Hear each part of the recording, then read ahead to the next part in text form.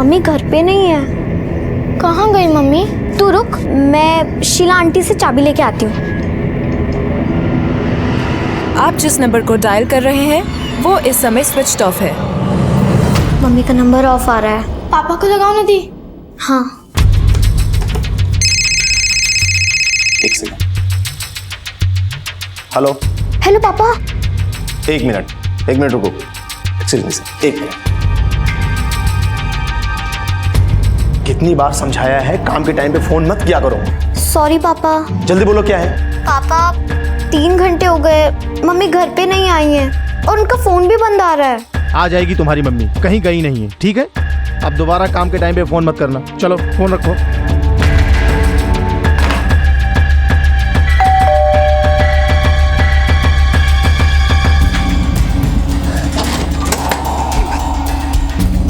मीरा, एक गिलास पानी देना। भत्ता रानी, मेरी टांगें तो टूट गई। तेरी माँ किधर गई?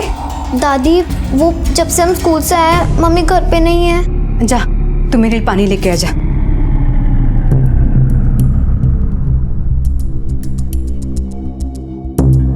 पानी। जा दादी से पूछ खाना लगा कि नहीं।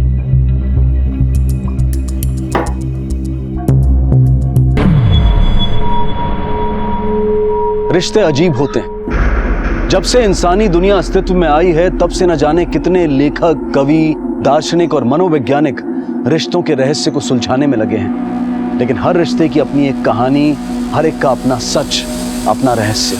जयपुर के एक परिवार के बच्चे परेशान थे। उनकी माँ जो अक्सर घर पर रहा करती थी गायब थी। लेकिन इस बात की ना तो उनके पिता को कोई परवाह थी और ना ही बच्चियों की दादी को। बच्चियां छोटी थी, वो करती भी तो क्या करती, पर आखिर में उन्होंने अपनी नानी को फोन किया। साहब, ये मेरी बेटी मनोरमा है। मेरी नातिन ने मुझे फोन करके बताया कि उसकी मम्मी दोपहर से घर नहीं लौटी। उसका फोन भी बंद आ रहा है, पता नहीं कहाँ चली गई। मेरे दामाद को तो इतनी भी फिक्र नहीं है कि वो थाने में आकर रिपोर्ट भी लिखवा दे। क्यों? आपकी बेटी और आपके दामाद के बीच कोई प्रॉब्लम? मेरा दामाद उसको बहुत परेशान करता है साहब, बहुत बेइज्जती करता है उसकी। उस बुढ़िया की हिम्मत कैसे हुई मुझ पर इतना घटिया इल्जाम लगाने की? मेरी बेटियों का दिमाग खराब करती है औरत। कलमुई, मेरी बहू माँ के पेट से झूठ बोलना सीख के आई है। पर यह बात तो सच है कि आपकी बहू घर नहीं लौटी। आपने आकर शिकायत दर्ज करवाई ना इन्होंने। मैं बताता हूं सर, कहां गई है वो। हीरोइन बनने के चक्कर में भागी है और ये पहली बार नहीं हुआ है, इसके पहले भी भाग चुकी है, बेटियों के पैदा होने से पहले।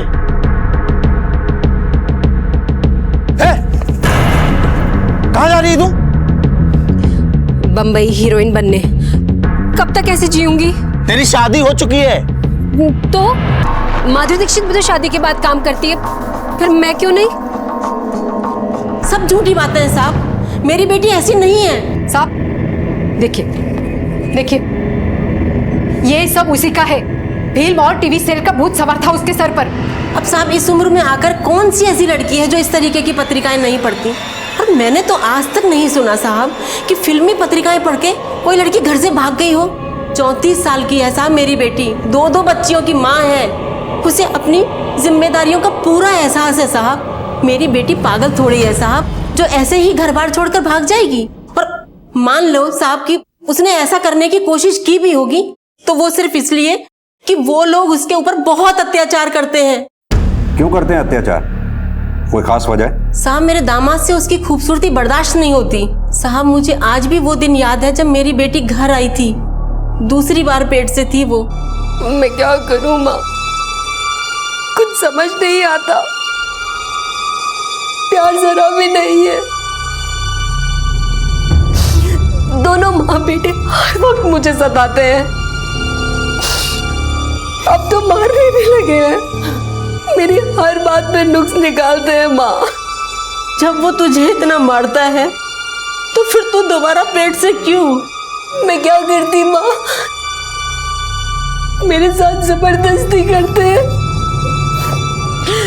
मेरी तबीयत ठीक हो या ना हो उन्हें कोई फर्क नहीं पड़ता। मैं हो गई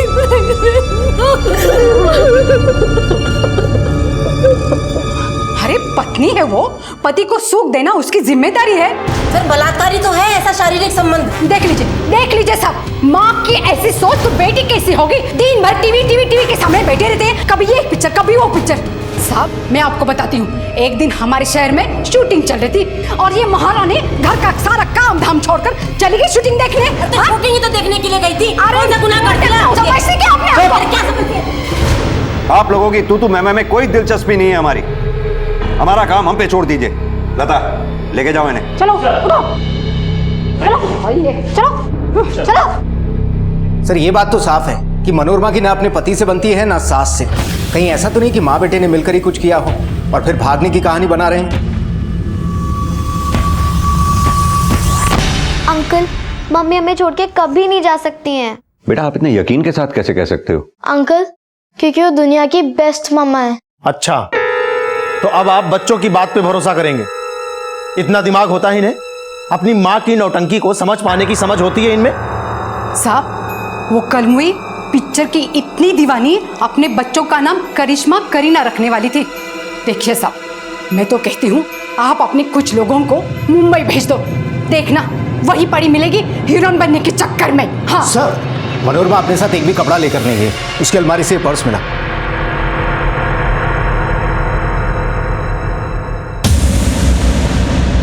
ये घर खर्चे के लिए पैसे हैं, मैं देता था उसको। अजीब बात नहीं है, आपकी बीवी मनोरमा घर छोड़ के गई और पैसे नहीं लेके गई। लगता है आप दोनों कुछ छुपा रहे हैं हमसे, लेकिन हमें सच पता करने में ज्यादा देर नहीं लगेगी।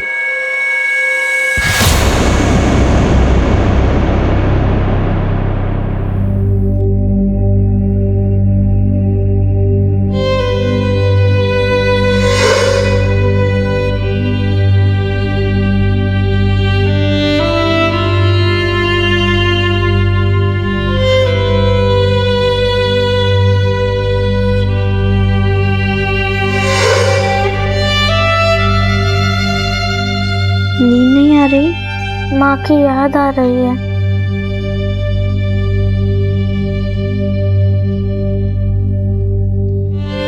दीदी, क्या पापा ने सच में कुछ किया होगा मम्मी को? अरे मनोरमा की सास तो झूठ बोल रही है सर। मनोरमा तो अपनी बेटियों को कलेजे से लगा के रखती थी। मनोरमा अगर अपनी बेटियों के लिए कुछ करती तो उसका पति हमेशा लड़ने को तैयार। सर मनोरमा के पड़ोसियों की बातों से ये तो साफ है कि सतीश बहुत ही शॉर्ट टेम्पर्ड है। पति पत्नी में अक्सर झगड़ा हुआ करता था। लेकिन भरत, इस वजह से मनोरमा घर छोड़कर नहीं जा सकती। लोगों का मानना है कि वो अपनी बच्चियों मीरा और माला से बहुत प्यार करती थी। उन बच्चियों को छोड़कर वो कैसे जा सकती है? सर मनोरमा के कॉल डिटेल्स आ गए। मैंने चेक किया, मनोरमा के कॉल रिकॉर्ड्स में किसी भी अननोन नंबर पे कोई कॉल नहीं है पिछले 2-3 हफ्ते में। अगर मनोरमा हीरोइन बनने गई है तो उसने मुंबई में किसी न किसी से तो कांटेक्ट किया होता है। उसके फोन रिकॉर्ड्स में मुंबई का कोई नंबर नहीं है। नहीं सर।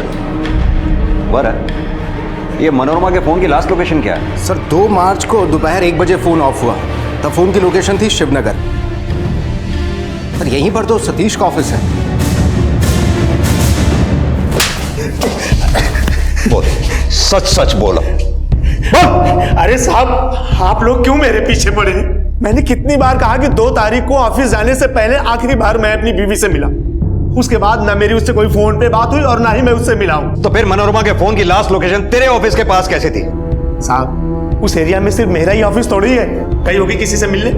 तुम और तुम्हारा बेटा क्या कांड किया है तुम दोनों ने मिलकर? नहीं बता दो वरना इधर तुम पिटोगी और उधर वो। माता रानी की कसम साहब, वो कहाँ भाग गई कल में हमें नहीं पता साहब। घर में थी तभी मुसीबत और भाग गई तो भी आफत। पता नहीं साहब हमें सब। तू इतने यकीन के साथ कैसे कह सकता है कि मनोरमा भाग गई? ना वो पैसे लेके गई, ना वो कपड़े लेके गई, ना किसी ने उसको बस स्टैंड पे देखा, ना ही रेलवे स्टेशन पे देखा और ना ही उसने कोई टैक्सी हायर की। वो चालाक औरत है, पूरी प्लानिंग के साथ भागी है वो। हमें तो सारी प्लानिंग तेरी लगती है। हो सकता है तूने उसे ऑफिस में बुलाया और वहीं से उसे गायब कर दिया हो। सैनी सर, इसकी तब तक खातिरदारी करो जब तक ये सच ना बोले। सर। अरे साहब यकीन करो हमारा। अरे ये सतीश और सरस्वती के फोन रिकॉर्ड्स निकलवाओ। पता करो पिछले 1 महीने में इन्होंने किस किस से बातें की। मुझे नहीं लगता ये सिर्फ एक मिसिंग केस है, जरूर इसके पीछे कोई साजिश है। एक तरफ पुलिस को शक होने लगा था कि जो नजर आ रहा है इस केस में सच उतना ही नहीं है। सच की बहुत सी परतें अभी खुलनी बाकी थी। बहुत सारे राज छिपे थे मनोरमा के गायब होने में। मनोरमा और उसके पति का रिश्ता एक ऐसी अनबुझ पहेली बन चुका था जिसे पुलिस सुलझा ही नहीं पा रही थी। सर, ये रही मनोरमा की सास सरस्वती और पति सतीश के फोन की लोकेशन डिटेल्स। तीनों का फोन 2 मार्च को दोपहर 1 से 2 बजे के बीच सतीश के ऑफिस के आसपास ही था। उसके बाद 2 बजे मनोरमा का फोन ऑफ हुआ और उसके बाद में सरस्वती और सतीश के फोन की लोकेशन शिवनगर से जनता नगर की तरफ शिफ्ट हुई। भरत, कहीं ऐसा तो नहीं इन्होंने मनोरमा को सतीश के ऑफिस में बुलाकर उसके साथ कुछ किया हो और फिर उसकी लाश को जनता नगर के पास कहीं छुपा दिया हो? हेलो, क्या? ठीक है, हम आते हैं। सर, सरस्वती का फोन था। मीरा और माला दोनों गायब हैं। साहब, स्कूल 1 बजे छूटता है, दोनों 1:30 बजे तक घर आ जाती है। अब 4 बज गए। मैं स्कूल होकर भी आई, चौकीदार बोला कि वो दोनों 1:15 बजे वहां से निकली है। सर, निर्माण नगर थाने से ये फैक्स आया है। वहाँ पे सतीश और सरस्वती के खिलाफ प्रॉपर्टी की जालसाजी का केस दर्ज हुआ है और वारंट भी इशू हुआ है। सर, यही वो आदमी जो अपने गुंडे लेकर आया और हमारा सामान बाहर फेंकने लगा। मार करो सबको, फ्लैट्स पे कब्जा करके बैठे। निकालो, जल्दी भगाओ। देखो, अगर तुमने अपने आदमियों को नहीं रोका ना तो हम लोग पुलिस के पास जाएंगे। चोर पुलिस को बुलाने की बात कर रहे हैं? तुझे थाने चलना है ना? हाँ, वो रही मेरी गाड़ी, चला। हाँ, ये लोग झूठ बोल रहे हैं साहब। ये सभी फ्लैट्स मेरे नाम से रजिस्टर्ड है। मैं दुबई में रहता हूँ। यहाँ इन्वेस्टमेंट के लिए 4 फ्लैट्स मैंने खरीद लिए थे और ये लोग उसमें घुसकर बैठे। हम लोग का चोर हैं। खून पसीने की कमाई से खरीदे हमने वो फ्लैट। देखिए, शांत हो जाइए।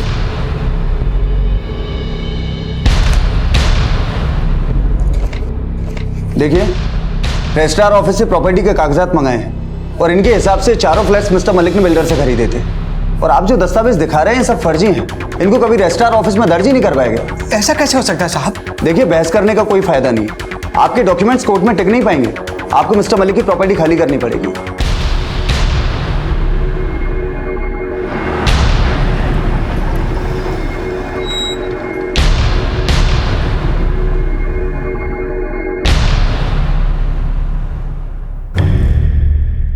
हे भगवान, शनि का फेरा पड़ गया क्या?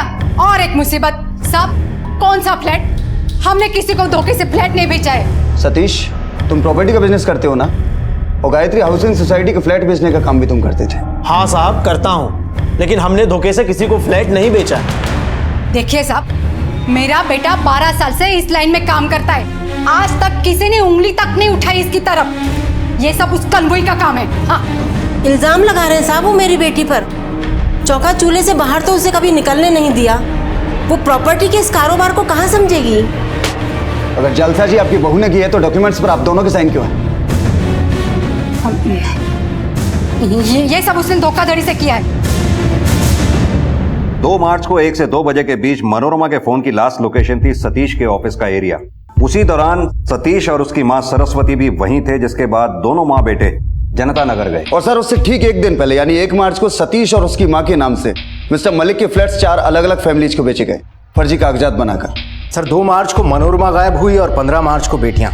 कहीं ऐसा तो नहीं 1 मार्च को सतीश ने जो फ्रॉड किया था उसकी भनक मनोरमा को लग गई हो और अगले ही दिन 2 मार्च को मनोरमा ने सतीश के ऑफिस जाकर सतीश और उसकी मां सरस्वती से बहस की हो, जिसके बाद पकड़े जाने के डर से सतीश और उसकी मां सरस्वती ने मनोरमा के साथ कुछ कर दिया हो। उसके बाद में दोनों बेटियों को मालूम हो गया हो कि उनकी मां के साथ में क्या हुआ, तो उन्होंने दोनों बेटियों को गायब कर दिया। लेकिन सर, सतीश और सरस्वती तो इस बात से ही इनकार कर रहे हैं कि उन्होंने किसी के साथ में धोखाधड़ी की है। एक तरीका है हमारे पास ये पता करने का कि फ्लैट्स बेचे किसने। चलो। अरे साहब, रोज रोज क्यों पुलिस स्टेशन लेकर आते हैं? कितनी बार कहूं, हमने कुछ नहीं किया है साहब।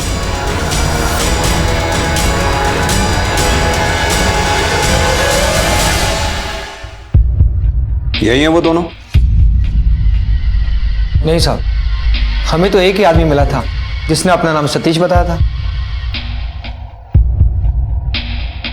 इस लड़की को कभी देखा था उसके साथ? नहीं साहब। उस आदमी का चेहरा तो याद होगा जिसने तुम्हें धोखा दिया? हाँ साहब। उसका स्केच बनवा सकते हो? हाँ साहब, बनवा सकते हैं।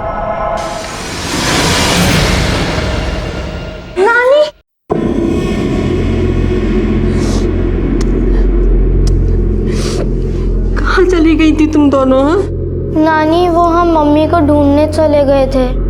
पापा और दादी ने मम्मी का सामान बाहर फेंक दिया था और दादी कह रही थी कि वो हमारे लिए नई मम्मी लाएंगी। नई मम्मी?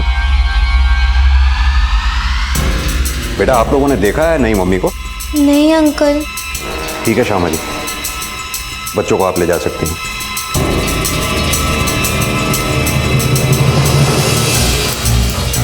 ये दूसरी मम्मी का नया ही एंगल सामने आया। पता करो ये बात गुस्से में कही गई थी या बाकी इन लोगों की कोई प्लानिंग थी। और सतीश और सरस्वती के फोन रिकॉर्ड्स और फोन की लास्ट लोकेशन दोबारा से चेक करो, हो सकता है हमारी नजर से कुछ चूक गया हो।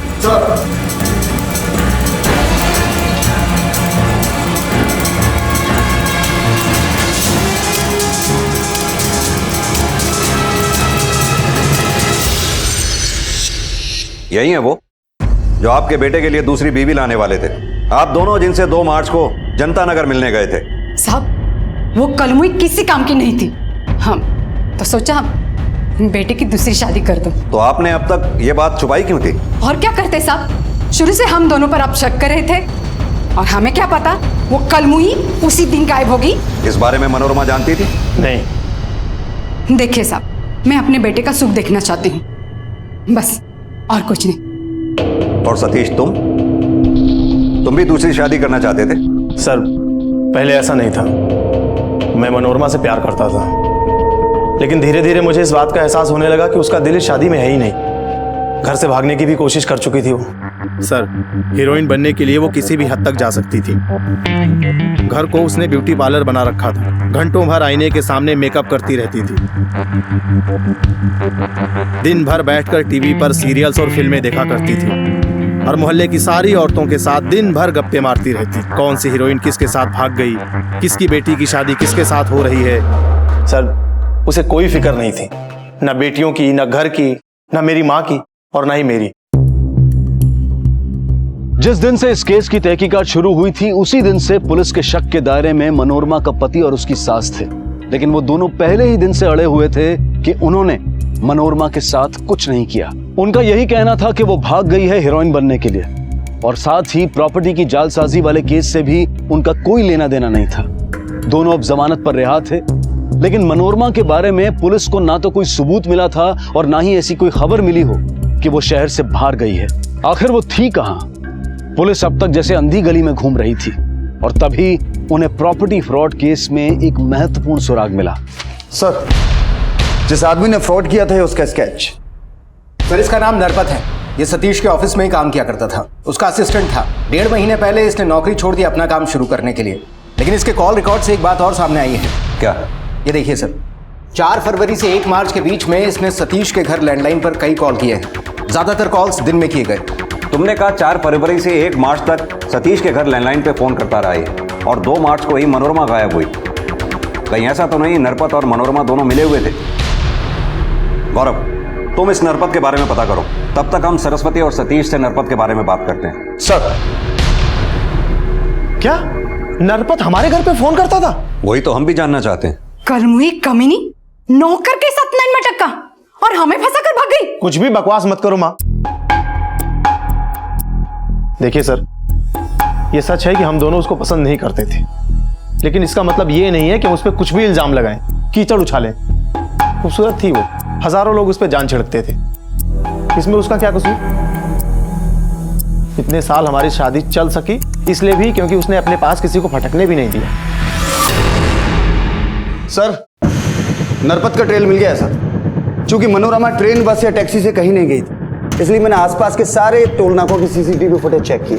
और ये देखिए सर, 2 मार्च को करीब 2:30 बजे नेशनल हाईवे 12 पर नरपत के साथ ये औरत थी। कहां तक ट्रेल कर पाए इसको?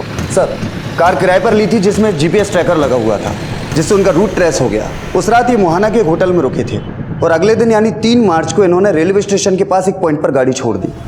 इसके बाद पता नहीं चल पाया सर।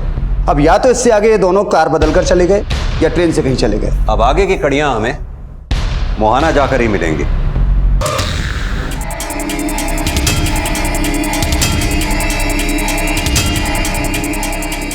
हाँ सर, ये दोनों आए थे यहाँ पर। रुकिए मैं 1 मिनट आपको बताती हूँ। सर ये 2 मार्च की रात को यहाँ पर आए थे। यहाँ से कहाँ गए कुछ पता है आपको? No sir. हाँ भरत बोलो। सर कार मिल गई है, रेलवे स्टेशन की पार्किंग में खड़ी है। कुछ पता चला ट्रेन से वो कहाँ गए? सर वो लोग ट्रेन से तो कहीं नहीं गए, क्योंकि ना तो सीसीटीवी फुटेज में नजर आए और ना ही उन्होंने कोई टिकट खरीदे। ठीक है।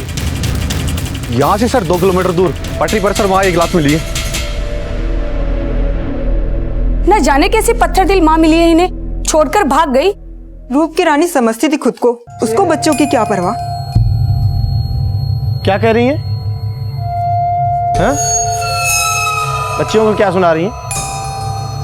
आप लोग भी किसी बच्चे की माँ है। इन बातों से बच्चों पर क्या असर पड़ता है पता है आपको? चलो बेटा, इन लोगों की बातों का बुरा नहीं मानते।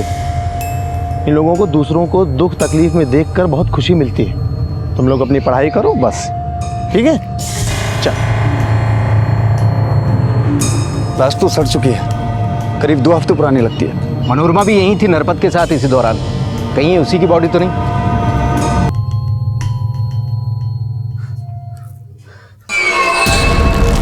सर, ये मनोरमा है, ये साड़ी और गहने उसी के हैं। बॉडी सड़ चुकी है, पक्का ये मनोरमा ही है? शादी के बाद 12 साल साथ में गुजारे, आंखें इतना धोखा नहीं करेंगी, ये मनोरमा ही है सर। आइए।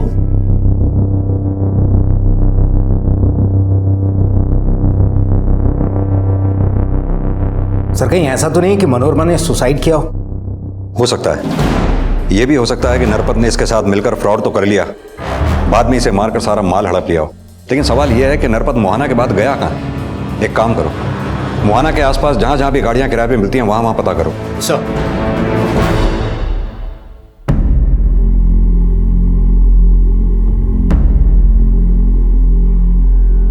माला, तू उदास मत हो।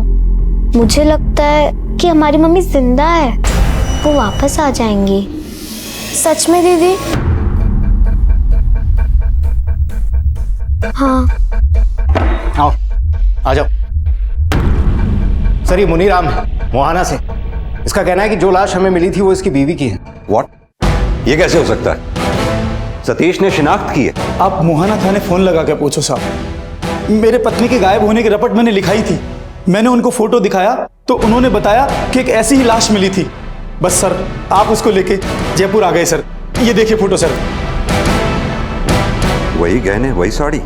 यही मेरी कमला है साहब, यही साड़ी पहनकर घर से गई थी साहब। और डॉक्टर साहब बोले कि अब मां नहीं बन सकती, तो निराश थी और एक दिन घर छोड़कर चली गई साहब। तो फिर सतीश ने शिनाख्त क्यों की?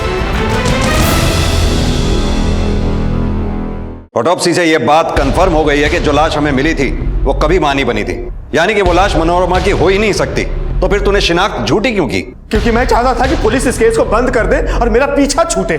जब से वो घर से भाग कर गई है, थाने के चक्कर काट काट के मेरा जीना मुहाल हो गया है। और मोहल्ले में बदनामी जो हो रही है सो अलग।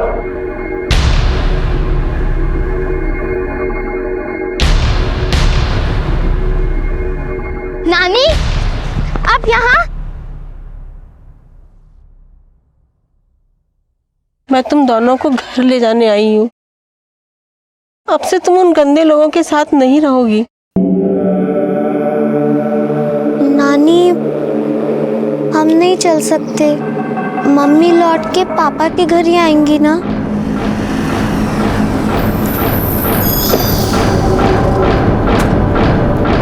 अच्छा हुआ आप हमें यहाँ मिल गई। हमें मीरा और माला की स्कूल टीचर ने यहाँ बुलाया। क्यों? आज बहुत अजीब बात हुई, इसलिए आप लोगों को बुलाना पड़ा। मीरा और माला को अक्सर बच्चे परेशान करते हैं और हम उन्हें रोकते हैं, लेकिन आज मीरा ने कहा कि उनकी माँ मरी नहीं है, जिंदा है और वो सबको सबक सिखाने वापस आएगी। ऐसा ही इसने मुझे भी कहा था साहब। मीरा बेटा, आपने ऐसा क्यों कहा कि आपकी मम्मी वापस आने वाली है? क्योंकि वो मरी नहीं है, मैंने उनको टीवी पे देखा था। टीवी पर? कब? सर मीरा की बात बिल्कुल सही थी, ये देखिए।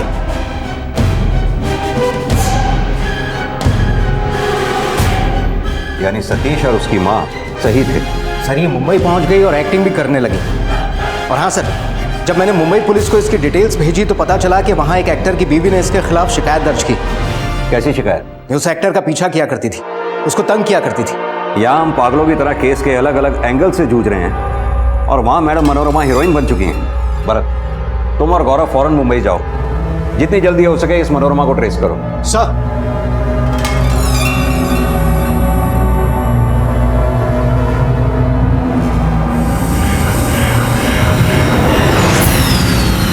अरे भाई साहब ठीक है, आपको लगी तो नहीं ना बिल्कुल भी?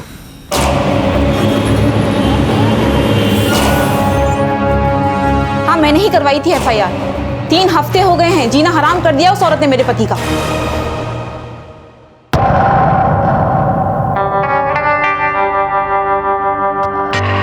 She is an obsessed fan. पागलों की तरह पीछा करती रहती है, शूटिंग पे, शॉपिंग मॉल में। अब तो हद हो गई है, घर के बाहर भी खड़ी रहने लगी है, बार बार मानव से मिलने की कोशिश करती रहती है। कहीं ऐसा तो नहीं इसका एक एंगल और है जिसके बारे में आपकी पत्नी नहीं जानती? मतलब कहीं ऐसा तो नहीं कि इस फैन को हवा आप ही ने दी है? होता है ना ऐसा भी, आखिर एक्टर हो। सर, फैंस की कोई कमी नहीं है, आई एम टेलिंग यू। लेकिन एक पागल और बेवकूफ औरत के पीछे क्या मैं अपना करियर खराब करूंगा?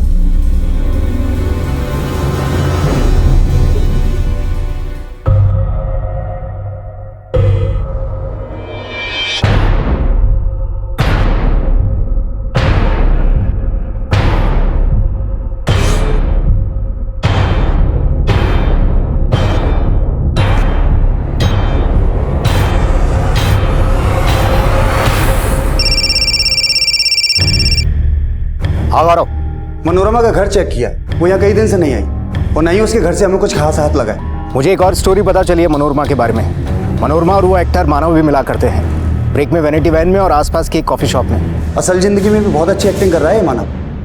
कुछ महीने पहले हुई थी मुलाकात उससे, जब मेरा जयपुर में शूट था, उसी दौरान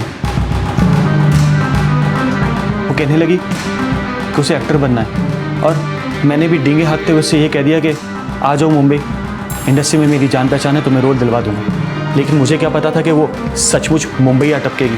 वो मुझे कहने लगी कि रोल दिलवाने के लिए वो मुझे पैसे भी देगी और उसने मुझे ये कहा कि उसके बाद बहुत सारा पैसा है।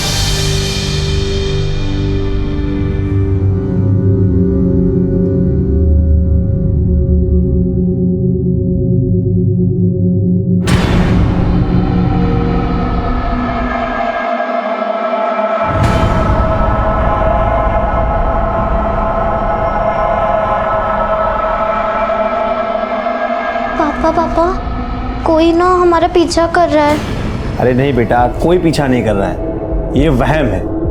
मुझे भी ऐसा लगा कि कोई मेरा पीछा कर रहा है, देखा तो कोई नहीं था। डरो मत। क्या ये दोनों 3 मार्च को आपके यहाँ गाड़ी किराए पे लेने के लिए आए थे? हाँ सर, आए थे और एक गाड़ी किराए पर ली थी। आपकी गाड़ी में GPS लगा हुआ है? हाँ सर, बिल्कुल। मुझे उस गाड़ी के पूरे सफर का ट्रैक रिकॉर्ड चाहिए। भरत ने कहा था कि मनोरमा के पास मुंबई में काफी पैसा है। दोनों नरपत और मनोरमा यहाँ से एक साथ निकले। हो सकता है ये फ्रॉड दोनों ने मिलकर किया हो। मनोरमा ने एक बैंक अकाउंट खोला, टीवी शो के पेमेंट का चेक और 30 लाख रुपए एक साथ जमा करा, लेकिन अगले ही दिन 2 लाख रुपए विड्रॉ कर ली। और उसी दिन उसकी मानव से फोन पर 6-7 बार बात हुई। फिर दोनों गोरेगांव के एक रेस्टोरेंट में मिले शाम के 4 बजे। 4 बजे के बाद दोनों की फोन लोकेशन एक ही थी और ये उसी रेस्टोरेंट का बिल है। 2 लोगों के ड्रिंक्स और खाने का ऑर्डर था। ये करीब 4 हफ्ते पहले की बात। मानव और मनोरमा के बीच कुछ तो चल रहा है, लेकिन ये मनोरमा है कहाँ? मानव, अब हमें तुझको एक्टिंग सिखानी पड़े इसके लिए मजबूर मत कर। मनोरमा से किस बात के पैसे लिए थे तूने? मनोरमा से पैसे? एक्टिंग नहीं, सच, सिर्फ सच। 10 मार्च को तू कहाँ गया था, क्या खाया, क्या पिया, सबका प्रूफ है हमारे पास। अब सच यहाँ बताएगा या थाने में? मैंने उससे पैसे लिए थे उसको काम दिलवाने के लिए और 1-2 छोटे मोटे काम भी दिलवाए, लेकिन उसके सपने बड़े थे। लीड रोल करना चाहती थी। झूठ बोलना बंद कर। तू जयपुर से उसके साथ इस फ्रॉड में शामिल है। कौन से फ्रॉड की बात कर रहे हैं आप? इसे देखा है कभी मनोरमा के साथ? नहीं सर, मैंने इसे कभी नहीं देखा।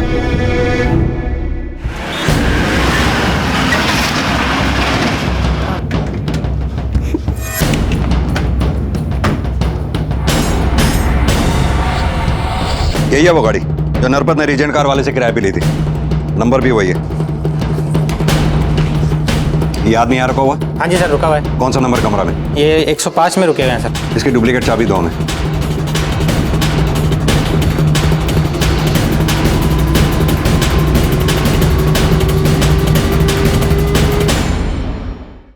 अब और पिटेगा या बोलेगा? मनोरमा पर दिल आ गया था साहब, उसे जब पहली बार देखा तब से ही साहब न मेरी हिम्मत थी न मेरी औकात थी। एक दिन मनोरमा खुद मेरे पास आकर बोली कि उसके पास पैसा कमाने का एक आइडिया है। वो जानती थी साहब मैं बहुत सारा पैसा कमाना चाहता हूँ, और मैं भी साहब इतना तो जानता ही था कि वो हीरोइन बनना चाहती है। तो ये सारा प्लान मनोरमा का था? मनोरमा इतना तो जानती थी कि कुछ फ्लैट ऑनर्स यहाँ पर पैसा लगाते हैं फ्लैट्स के अंदर, लेकिन रहते वो विदेश में ही हैं। तो साहब हम दोनों ने मिलकर ही पूरा प्लान बनाया। मनोरमा का मेन काम था फ्लैट्स के डॉक्यूमेंट्स पर सतीश और उसकी माँ के सिग्नेचर कराना, और साहब मेरा काम था सतीश बनकर उन चारों फैमिलीज को बेवकूफ़ बनाकर घर बेचना। पैसे लेकर हम दोनों शहर छोड़कर जाने वाले थे। तभी मैंने उसे कहा कि ट्रेन या बस से जाएंगे तो पुलिस हमें कभी भी पकड़ सकती है, इसलिए हम किराए की कार से जाएंगे। और उसके बाद तुम दोनों मोहाना के एक होटल में रुके? हाँ साहब, रात दोनों ने एक दूसरे के साथ अच्छे से बिताई, और अगले ही दिन साहब मैंने उसके हिस्से का पैसा देकर उसे किराए की कार से मुंबई भेज दिया। यानी तेरे कहने का मतलब है कि मनोरमा ने अपनी मर्जी से वो रात तेरे साथ बिताई? हाँ साहब। उसके बाद कभी मनोरमा को तूने फोन किया? नहीं साहब। सतीश ने यह बात पूरे विश्वास के साथ कही थी कि मनोरमा दूसरे मर्दों को अपने पास पटकने तक नहीं देती थी। तो फिर मनोरमा नरपत के साथ उस रात राजी कैसे हो गई, या फिर नरपत के साथ मिलकर अपने पति और सास को फंसाने के लिए मान कैसे गई? सर, मुंबई से भरत सर ने भी यही जानकारी दी। मनोरमा ने मानव को पैसे दिए, लेकिन उनके बीच ऐसा कोई रिश्ता नहीं था। हेलो, क्या? ठीक है, आप वहीं रुकिए, हम पहुंचते हैं। सतीश की माँ का फोन था। सतीश गायब है। आपने सतीश को आखिरी बार कब देखा था? सुबह नाश्ता करके ऑफिस जा रहा था, बोला 1 बजे खाने पर आ जाऊंगा। वो 1 बजे आया ही नहीं, इसलिए मैंने 2 बजे उसे मोबाइल पे फोन लगाया। मोबाइल स्विच ऑफ आ रहा था। फिर मैंने ऑफिस में फोन लगाया तो पता चला वो ऑफिस गया ही नहीं। सैनी, सतीश की कॉल डिटेल्स और उसके फोन की लास्ट लोकेशन पता करो जल्दी। सर।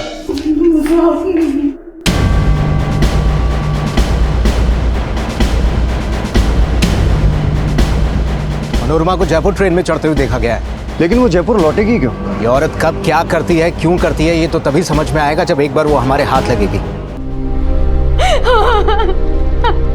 क्या किसी पे शक है आपको? 2-4 दिन से सतीश का कोई पीछा कर रहा था, ऐसा उसको शक था साहब। सैनी, पता करो क्या किसी ने इनके घर के आसपास किसी अनजान आदमी को देखा है क्या? सर। मेरा बेटा। सर, ये इन्फॉर्मेशन तो पक्की है। मनोरमा जयपुर ट्रेन से निकली थी। मनोरमा के जयपुर आने की खबर और सतीश के लाश मिलने की खबर दोनों एक साथ ही आई हैं। और सर, वो ऐसा क्यों करेगी? इतनी मुश्किल से तो यहाँ से भागी थी, वापस आई भी तो क्यों? अगर मनोरमा जयपुर में है तो इसने अपने बच्चों से या फिर अपने पति से कांटेक्ट करने की कोशिश जरूर की होगी। ये सतीश के कॉल रिकॉर्ड्स दोबारा से चेक करो। सर,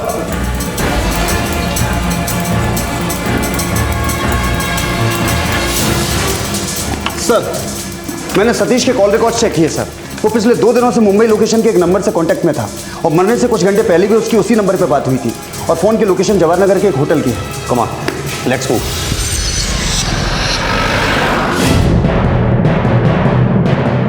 जरा चेक करके बताइए, इस नंबर का गेस्ट कोई आपके यहाँ ठहरा हुआ? जी सर। जी सर, रूम नंबर 101।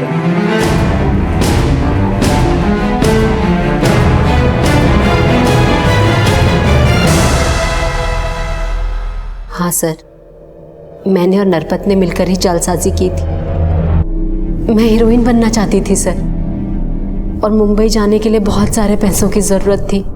नरपत ने कहा वो मेरी मदद करेगा। मैंने उस पर भरोसा किया सर, और इसलिए उसके साथ चली गई। रास्ते में हम मोहाना के एक होटल में रुके। पैसे देना तो दूर, उसने मेरे साथ जबरदस्ती। तुम्हारे साथ इतना सब कुछ हुआ तो फिर घर वापस क्यों नहीं गई तुम? किस मुंह से लौटती सर? माँ के पास भी नहीं जा सकती थी। नरपत चाहता था मैं उसके साथ रहूं, लेकिन मैं मौका पाते ही सारे पैसे लेकर मुंबई भाग गई सर। वहां कुछ दिन स्ट्रगल करने के बाद मुझे एक सीरियल में एक रोल भी मिल गया। तो फिर तुम अब जयपुर वापस क्यों आई? सर, मैं अपनी बच्चियों के बिना नहीं रह सकती। मैंने सोचा मैं अपनी बच्चियों को अपने पास मुंबई ले आती हूँ, इसलिए जयपुर आई। यहाँ आकर मैंने सतीश को फ़ोन किया। मैंने उसे कहा कि मैं उसे डिवोर्स दे दूंगी, उससे कोई पैसों की डिमांड भी नहीं करूंगी, बस वो मेरी बच्चियां मुझे दे दे। मुझे पता था सर, मेरी सास मेरे पति के लिए वैसे भी दूसरी बीवी ढूंढ रही थी, पर सतीश ने मना कर दिया। उसने मुझे धमकी दी कि मैं अपनी बेटियों के पास भी ना दिखूं। उसने मुझे कहा चाहे कुछ भी हो जाए, वो मीरा और माला को मुझे नहीं देगा। इस बात पे हमारा बहुत झगड़ा हुआ सर। और इसी झगड़े की वजह से तुमने सतीश का कत्ल कर दिया? नहीं सर, नहीं, मैंने सतीश को नहीं मारा। सर, हमने मनोरमा का कमरा और पूरा सामान चेक किया, लेकिन मर्डर वेपन नहीं मिला। सर, ये उस्मान है, तीरथ नगर में ऑटो चलाता है। इसने बताया कि इसके ऑटो में कुछ दिन पहले एक आदमी बैठा था जिसने सतीश का पीछा किया था। चेहरा याद है तुम्हें उस आदमी का? हाँ जी साहब, याद है।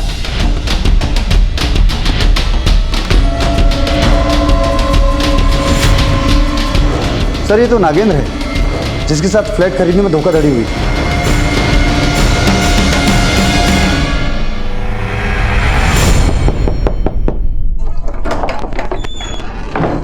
देखो इसे जरा। अरे कहाँ मुझसे चले आ रहे? अभी पता चल जाएगा। सर, इनके बैकयार्ड से मिला। जिंदगी भर की कमाई वो फ्लैट खरीदने में गई। सरकारी नौकरी में हूं, आप खुद ही सोच लें कितना कमाता हूं, कितना बचाता हूं। सोचा था बाकी की जिंदगी बड़े आराम से अपने घर में बिताऊंगा। कभी सपने में भी नहीं सोचा था कि मेरे साथ इतना बड़ा धोखा होगा। लेकिन तुम्हें तो ये बात अच्छी तरह से पता थी कि सतीश ने तुम लोगों के साथ कोई धोखा नहीं किया। मैं नहीं मान सकता साहब, कोई नौकर इतना बड़ा फ्रॉड अपने मालिक की पत्नी के साथ मिलकर। हमारे डॉक्यूमेंट्स पर सतीश का ही साइन थे। अपना बदला पूरा करने के लिए एक निर्दोष आदमी की जान ले ली। अपने परिवार को बचाने के लिए एक इंसान का पूरा परिवार बर्बाद कर दिया। यह भी नहीं सोचा कि कैसे जिएंगी उसके दोनों बच्चियां बिना बाप के।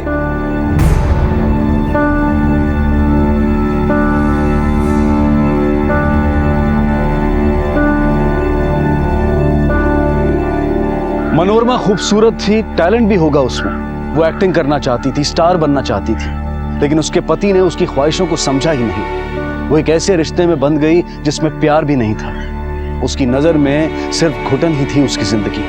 पर इस कैद से छुटकारा पाने के लिए उसने जो रास्ता चुना वो गुनाह का था। इसमें ना सिर्फ उसकी अपनी जिंदगी बर्बाद हुई, बल्कि उसके पति की जान भी चली गई और उसकी दोनों बेटियों के सर से बाप का साया भी उठ गया।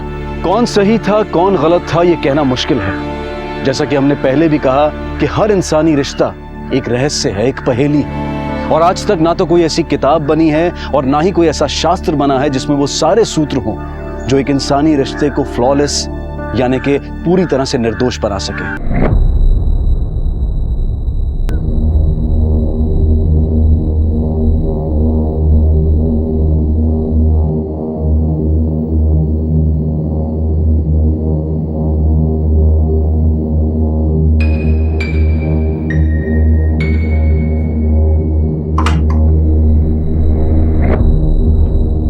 सुधा, सुधा, अरे जयेश नहीं आया है।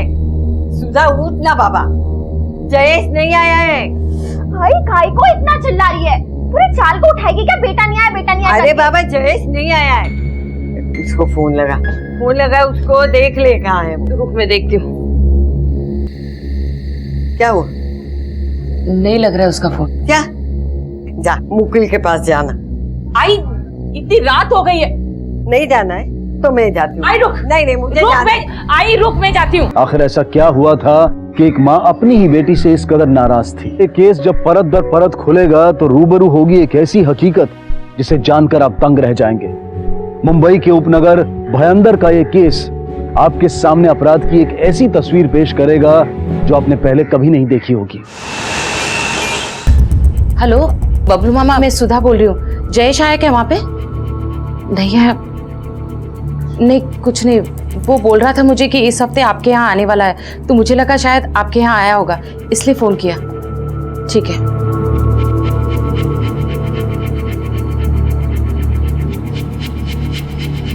वो वहां पे भी नहीं है। अरे क्या हुआ, मिला? नहीं। कुछ पता चला? हाँ, सनी से बात की। वो कह रहा था कि जयेश भाई कल शाम को 6 बजे वहां से निकल गए थे, और मैंने बाकी दोस्तों से भी पूछा, किसी को कुछ नहीं पता है। मुझे बिना बताए आज तक वो कभी बाहर नहीं गए। आई, शांत हो आई। मैं तो कहता हूँ आप लोग पुलिस के पास जाओ, मैं 1-2 जगह और देखता हूँ। जयेश गणेशपुरी नाम है साहब, उसका खुद का जिम है और उसी जिम में वो ट्रेनर भी है।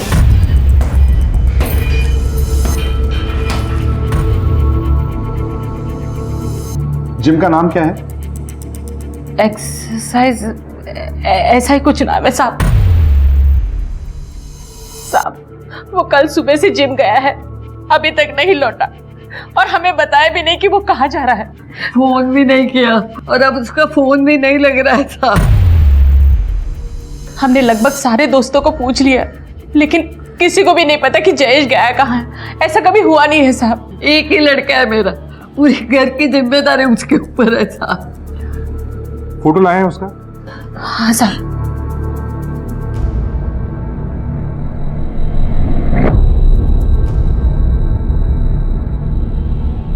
आप लोग आइए हमारे साथ। क्या हुआ साहब? जयेश अपने घर का इकलौता कमाने वाला जिम्मेदार सदस्य था। आखिर किसने एक सीधे साधे इंसान को मौत के घाट उतार दिया था? जयेश और लड़की के बदन पर भारी चोटों के निशान थे। लड़की के साथ घिनौना अपराध होने के भी संकेत थे। क्या है इन दोनों हत्याओं के पीछे का राज? संतोष, ये आई, टिफिन दे। ओ आली, अरे कल आए थे कि नहीं? क्या है? 2 दिन से वैशाली का फोन नहीं आया। अरे जाके जरा पता कर, मुझे लगता है वो किसी मुसीबत में तो नहीं है। अगर तुमको इतनी चिंता है तो खुद जाके ढूंढो ना उसे। यार टिफिन दो ना। ओ आली, अरे देख क्या बड़बड़ा रहे, वैशाली वैशाली कर रहे हैं और बोल रहे उसको फोन लगा। और कोई काम नहीं है क्या मुझे? ओ तुम ही पन्ना, दिखता नहीं वो काम पे जा रहा है। ए तू घे जामी बत्ते हला। रात्री तिचाच फोन आला होता ना, क्या बोल रही थी वो?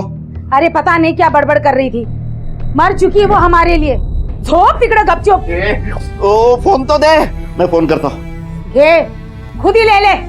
अरे देना।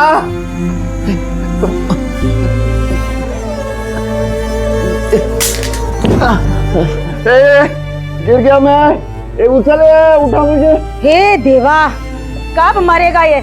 मर तिकड़ा। चल चल।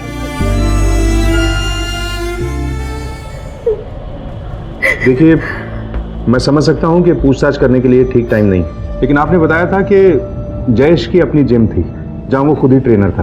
क्या उसकी किसी से कोई दुश्मनी थी, कोई लफड़ा या कुछ और? नहीं साहब, वो बहुत ही अच्छा लड़का था, किसी के साथ दुश्मनी नहीं साहब। अच्छा, उसका किसी से कोई अफेयर था या प्यार? नहीं साहब, वो बहुत ही जिम्मेदार और सुलझा हुआ लड़का था।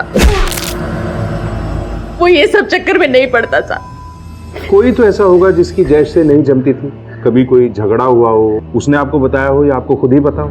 साहब, उसका सिर्फ झगड़ा मेरे पति आशुतोष के साथ था। किस बात पे हुआ था झगड़ा? वो ये सब चक्कर में नहीं पड़ता था। कोई तो ऐसा होगा जिसकी जयेश से नहीं जमती थी, कभी कोई झगड़ा हुआ हो, उसने आपको बताया हो या आपको खुद ही पता हो? साहब, उसका सिर्फ झगड़ा मेरे पति आशुतोष के साथ था। किस बात पे हुआ था झगड़ा? साहब, आशुतोष की और मेरी शादी लव मैरिज हुई थी, लेकिन शादी के बाद आशुतोष एकदम बदल गया साहब। जयेश को पहले से ही शक था आशुतोष मुझे मारता पीटता है। जब ये सब उसने अपने आंखों के सामने देखा तो उससे बर्दाश्त नहीं हुआ सर। वो मुझे उसी वक्त घर ले गया। जयेश पर बहुत जिम्मेदारियां थी साहब, अपनी बीमार माँ, अपनी छोटी बहन किरण की शादी। साहब, वो हम सब के बारे में बहुत सोचता था। भगवान करे ऐसा भाई मुझे हर जन्म में मिले। अच्छा, आप अपने घर में रहने कब से आई हैं? 6 महीने हो गए साहब। ठीक है, आप जा सकते हैं।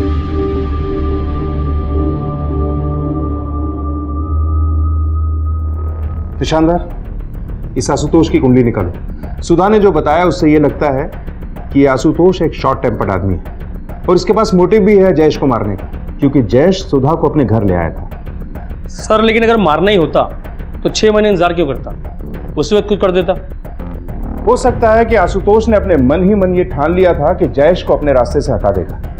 निशानदार, जिम और मोहल्ले में पता करते हैं, वहीं से सारी बातें साफ होंगी। चलो। कैसा लड़का था जयेश? सर जयेश बहुत अच्छा लड़का था। जयेश का कभी किसी से झगड़ा हुआ था क्या? जयेश और झगड़ा ऐसा हो ही नहीं सकता साहब, वो तो अपने काम से काम रखता था, उससे किसी को कोई तकलीफ नहीं थी। हम सबके लिए भाई जैसा था वो, दिल से भी बहुत अच्छा था वो। सर जयेश से कभी मदद मांगनी ही नहीं पड़ती थी, पता नहीं कैसे उसे पता चल जाता था, वो मदद के लिए हमेशा तैयार रहता था। जयेश जैसा लड़का आजकल की दुनिया में मिलना बहुत मुश्किल है।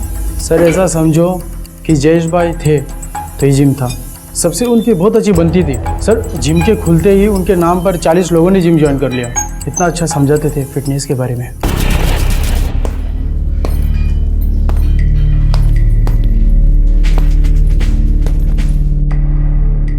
हाँ ऐसे नहीं, full focus full energy. Okay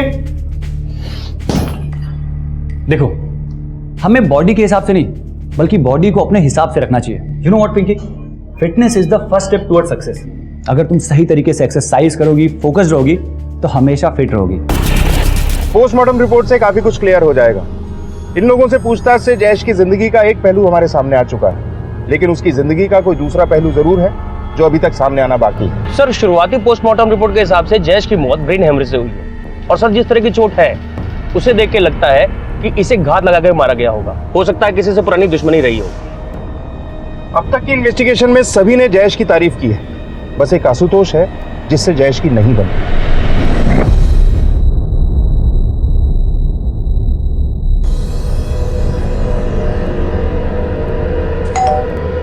तेरी पत्नी सुधा कहाँ है? सर वो तो अपने मायके गई है। अरे मायके गई है या मारपीट के भेजी है तूने? और वो जयेश, जयेश कहाँ है? साहब वो तो अपने जिम में होगा ना। जिम में? जिम में नहीं है, उसका खून हो गया है। खून? हाँ, और ये भोलेपन की एक्टिंग मत कर हमारे सामने, समझा? हमें सब पता है। सच सच बोल, तेरा लफड़ा हुआ था ना जयेश के साथ, तूने ही मारा है ना उसे? मैंने जयेश को नहीं मारा साहब। सर बहुत दिन से तो मैं उससे मिला भी नहीं हूँ। मिला नहीं तो क्या हुआ? उसके नाम की सुपारी दी होगी किसी को। बोल, किसको दी थी सुपारी उसके नाम की? बोल। अरे साहब ये क्या बोल रहे हैं आप? उसको मारने के लिए ना मुझ में हिम्मत थी ना ताकत, वो मेरे औकात से बाहर था साहब। हमें बताए बिना शहर के बाहर मत जाना। वैशाली कहाँ गई रे तू? तेरे अपाहिज बाप।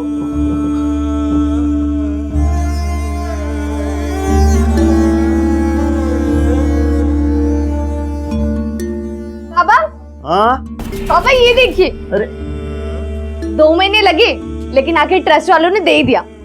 अब टेंशन की कोई बात नहीं है। पूरा दिन ऐसे लेटे लेटे उब जाते हैं ना, पर अब कोई टेंशन नहीं है।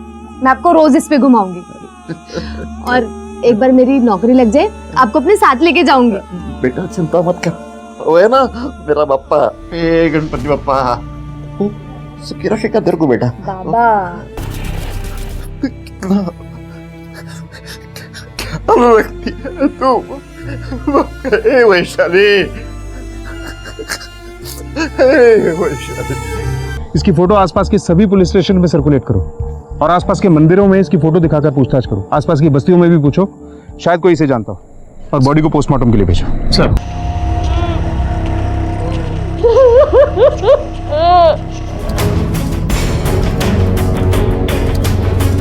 पुलिस मौका वारदात से मिली डायरी से जुड़ी हर छानबीन कर रही थी। शहर के कोने कोने में उसकी तस्वीर भी लगाई गई थी ताकि जल्द से जल्द उस लड़की की शनाख्त हो सके।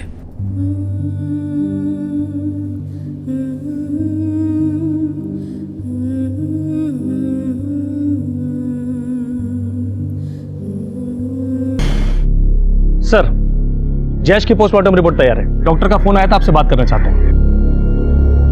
चलो।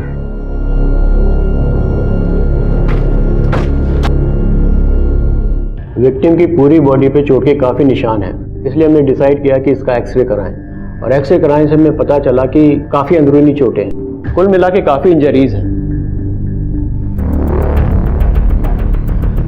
जयेश खुद जिम का ट्रेनर था और कराटे चैंपियन भी। उसे इस तरह कोई मार सकता है, यह एंगल मेरे गले नहीं उतर। लेकिन इतना जरूर है कि जयेश की जिंदगी का कोई दूसरा पहलू भी है।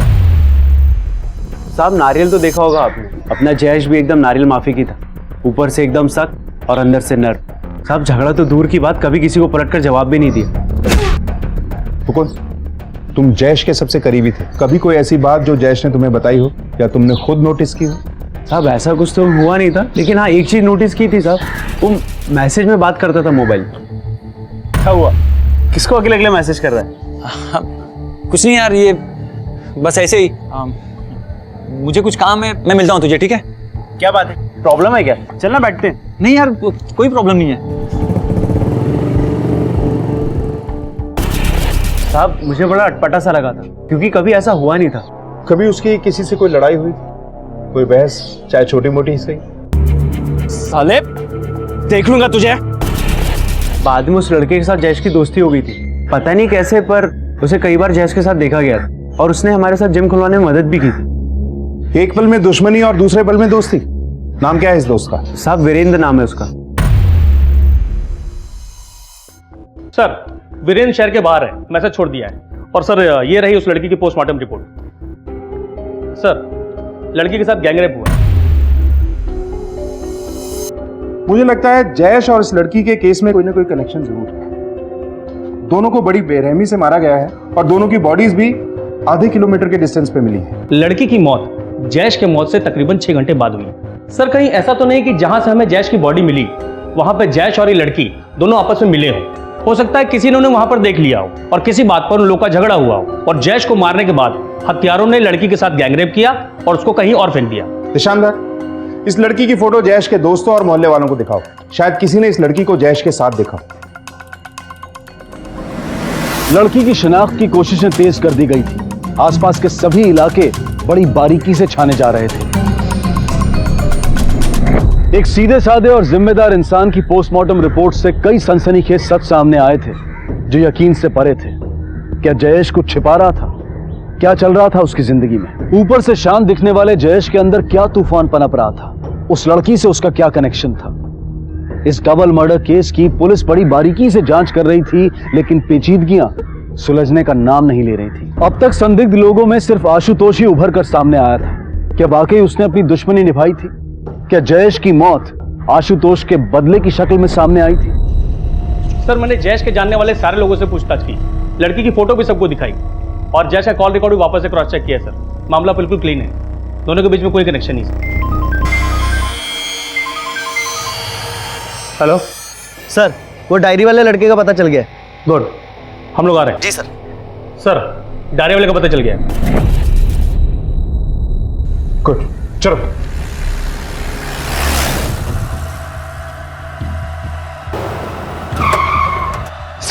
सर वो रहे दोनों। रुक साले, रुक, रुक, रुक, भाग, रुक, मिसाइल भाग, भाग जल्दी।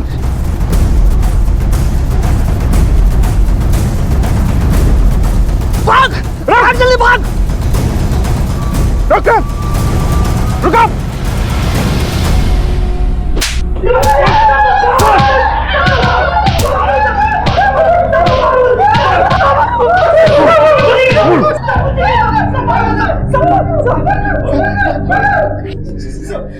पहचानता है इस डायरी को? हाँ साहब, ये मेरी डायरी है साहब। तूने रेप किया था उस लड़की का? हाँ तूने रेप किया ना? क्यों मारा दोनों को? बोल, कैसा जानता दोनों को? बोल। दोनों को सब, वहां तो वो लड़की अकेली पड़ी थी साहब। और साहब हम वहां से चले गए साहब, लेकिन फिर भी वो लड़की जिंदा थी साहब। तुम लोगों की वजह से उस लड़की की जान चली गई। शर्म आती है तुम्हें इंसान कहते हुए? तुम्हारी जगह कोई जानवर भी होता ना तो तरस खा के मदद करता उस लड़की की। तुम लोगों की वजह से मर गई हो। पहचानता है इसको? नहीं साहब। 2 मिनट के मजे के लिए ना अब सड़ना सारी जिंदगी जेल में। सब गलती हुई सर, सब गलती हुई साहब। सर अब तक ना ही किसी ने इस लड़की को पहचाना है और ना ही कोई मिसिंग कंप्लेंट दर्ज करवाने आया। हमने हर तरह से पूछताछ की, लेकिन ये लड़के रेप के अलावा कुछ एडमिट नहीं कर रहे। अगर इन लोगों ने जयेश को नहीं मारा है, फिर जयेश को किसने मारा है? और ये लड़की वहां कहां से आई? किसने अधमरी हालत में लड़की को वहां फेंका? क्या कनेक्शन हो सकता है जयेश का इस लड़की के साथ? अगर कोई कनेक्शन नहीं है तो कहीं ऐसा तो नहीं इस लड़की की वजह से जयेश को मारा गया हो और जयेश की वजह से इसे? लेकिन सर ये लड़की है कौन, अभी तक तो हमें ये भी नहीं मालूम।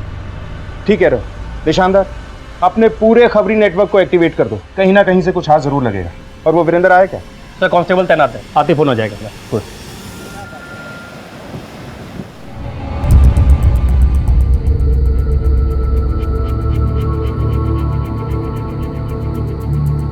तू आजकल फोन पे ज्यादा चिपकने लगी है। तुझे क्या मतलब है? तो अपने काम से काम रखना। क्या बोली? यही कि तू अपने काम से काम रख, मेरी जिंदगी में ज्यादा दखल मत दे, समझी? तेरा दिमाग है ना ज्यादा चलने लगा है। अगर जयेश होता ना तो इस ढंग से मेरे से बात नहीं करती तू। आई जयेश के साथ मृत पाई जाने वाली लड़की का अब तक कोई सुराग नहीं मिला था। पुलिस पूरी शिद्दत से उसके परिवार तक पहुंचने की कोशिश कर रही थी। सर जयेश की मां गुजर गई। कैसे? दिल का दौरा पड़ा था। अपने बेटे की मौत का सदमा लगा होगा उन्हें। हेलो, ठीक है सर। वीरेंद्र जिससे जयेश का झगड़ा हुआ था वो आ गया।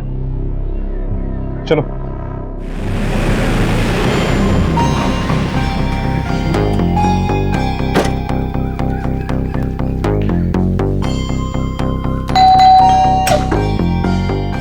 वीरेंद्र पाटिल, आइए सर बैठिए। It's okay. जयेश गणेशपुरा को तो जानते ही होंगे। जी सर, अच्छे से जानता हूँ। मैं बैंकॉक गया हुआ था और आज सुबह अर्ली मॉर्निंग फ्लाइट से वापस आया हूँ। और आते से ही मुझे पता चला कि उसके साथ ऐसा हादसा हुआ है और उसकी माँ भी चल बसी है। बड़ा ही अच्छा बंदा था सर।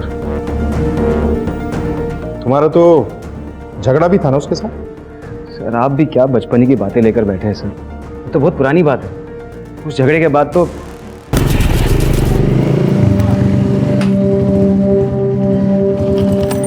सॉरी यार, कल गुस्से में कुछ ज्यादा ही, कुछ दिल पे मत लेना है। एक्चुअली तू सही था, मैं गलत था। It's okay. मुझे दुश्मनी नहीं पालनी। दुश्मनी का तो कोई सवाल ही नहीं है। वो मैंने भी सिचुएशन के हिसाब से रिएक्ट किया था। तो फिर दोस्ती पाल लेते। श्योर। वीरेंद्र, जयेश से जिम शुरू करना था। मैंने पैसे लगाए और उसने मेहनत, और हम दोनों पार्टनर बन गए। वो जिम शुरू करने के लिए मैंने 10 लाख रुपए जरूर लगाए थे, लेकिन वो जिम सिर्फ और सिर्फ जयेश का था। वो चलता था तो सिर्फ जयेश के वजह से। अब पता नहीं मैं सुधा दीदी से कैसे मिलूंगा, मिलके क्या कहूंगा, समझ भी नहीं आ रहा। ठीक है ईशानदार, रेलवे पुलिस से संपर्क करो, उस जगह पर दोबारा से छानबीन करो, शायद कुछ हाथ लगे।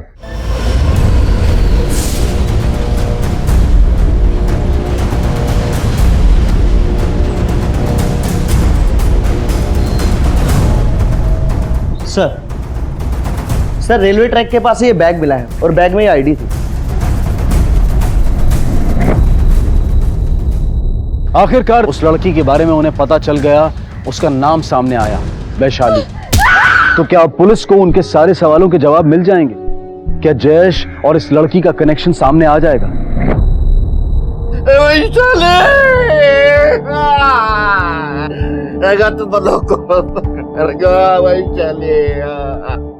काय नाटक लावून ठेवले?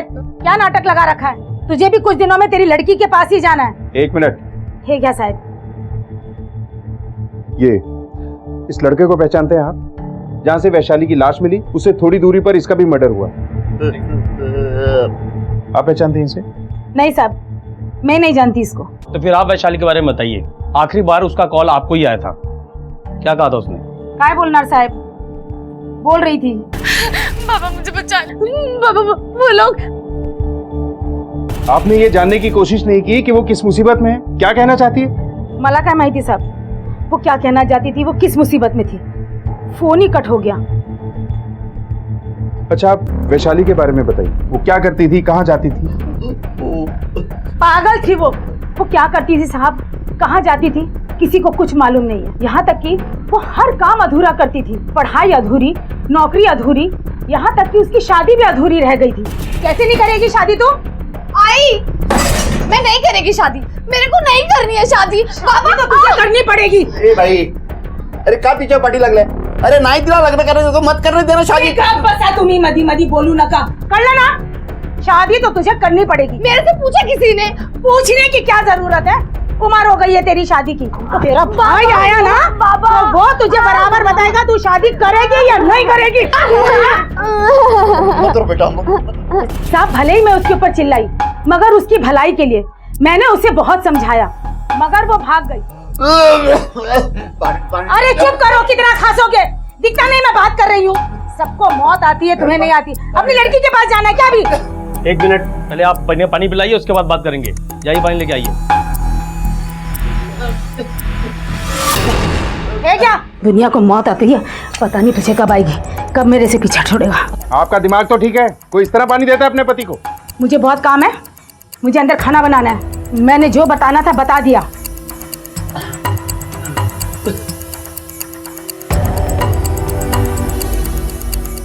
अब वैशाली के बारे में कुछ बताना चाहते थे? जी सर,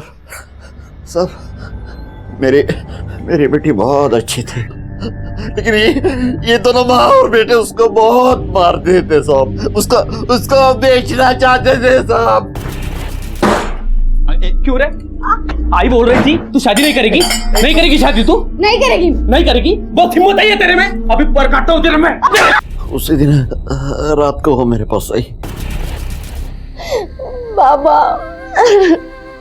बाबा मेरे को नहीं करनी है शादी, और उस आदमी से तो बिल्कुल भी नहीं। बाबा कुछ कीजिए ना। तो मेरे पास कुछ थोड़े बहुत पैसे थे, मैंने उसको दे दिया और कहा जा यहाँ से तू।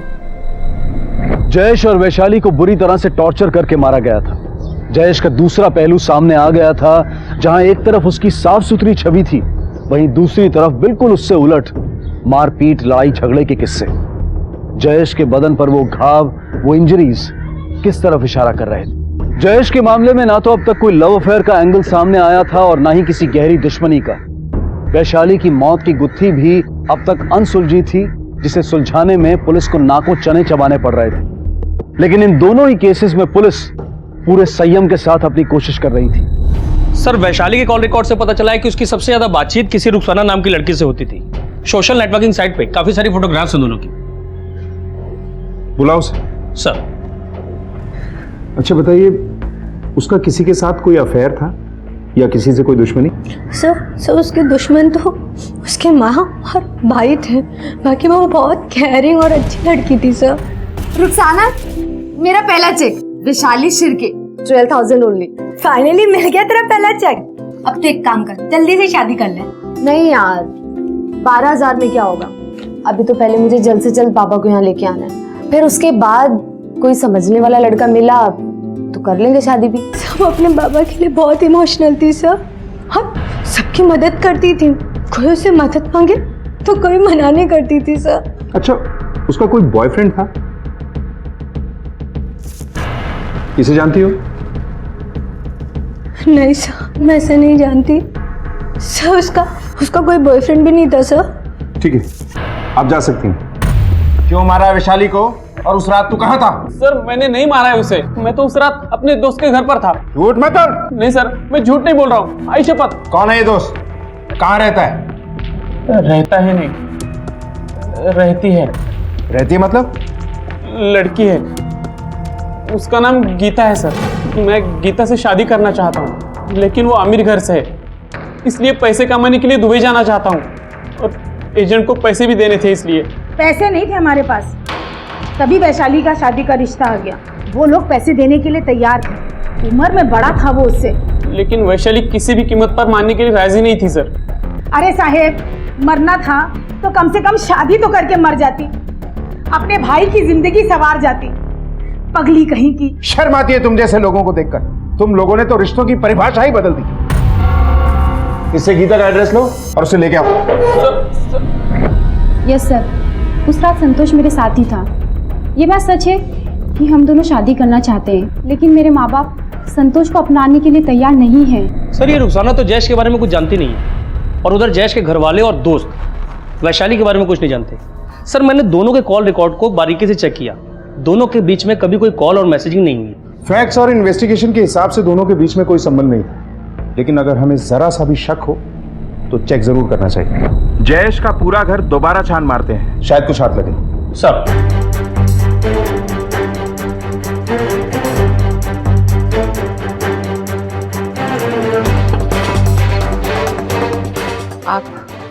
हमें जयेश के कमरे की तलाशी लेनी है।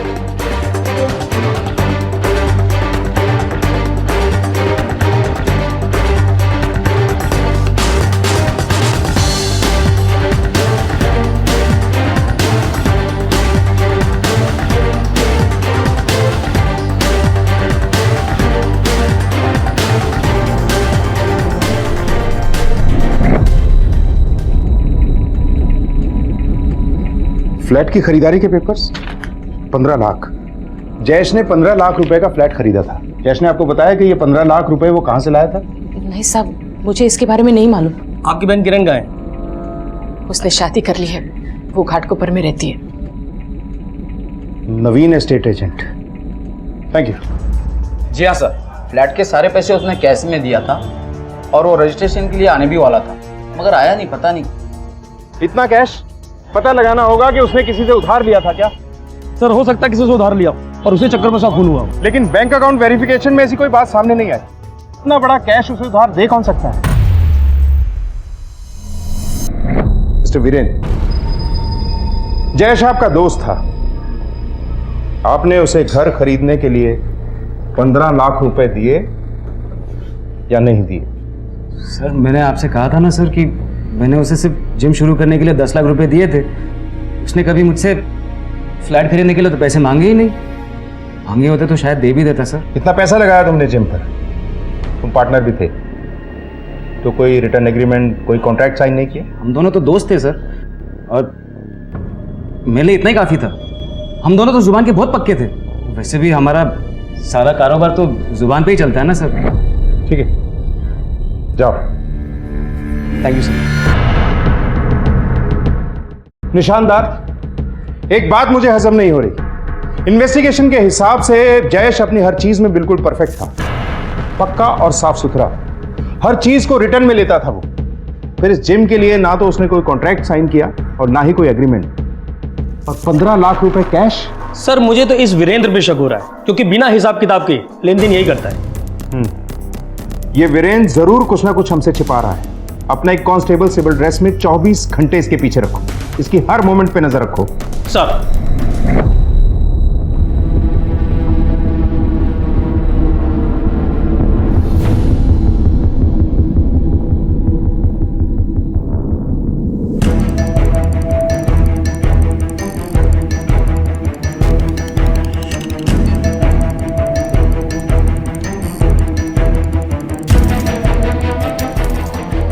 क्या बोलता है दीपक, कैसा है? क्या बोलते हैं भाई लोग?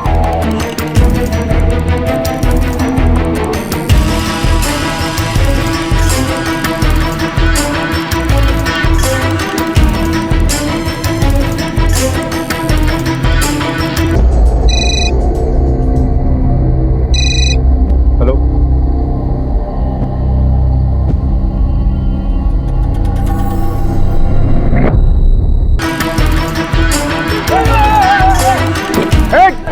कोई भागेगा नहीं। रुको, कोई भागेगा नहीं। पकड़ो, चलो चलो गाड़ी में चल, शुरू हो जा। सर से उस दिन सर ऐसी इलीगल फाइट होती थी सर, और इसमें काफी पैसे बनते थे। जिस दिन मेरे और जयेश के बीच में झगड़ा हुआ था ना सर, तब मैं उस दिन समझ गया था कि इसमें बहुत दम है और ये फाइटर बन सकता है। जयेश को पैसों की जरूरत थी, उसे अपने परिवार के लिए घर खरीदना था, इसलिए उसने फाइट शुरू की सर। वो पैसे उसने फाइट से ही कमाए थे सर। उसे अपनी बहन की शादी करनी थी सर। बैड लक सर, वो उसने मारा गया सर। अपने फायदे के लिए कितने लड़कों की जान को खतरे में डाल रहा है तू? जयेश मारा गया और वैशाली का खून कर दिया और दोनों के परिवारों को बर्बाद कर दिया। अब सड़ यहां।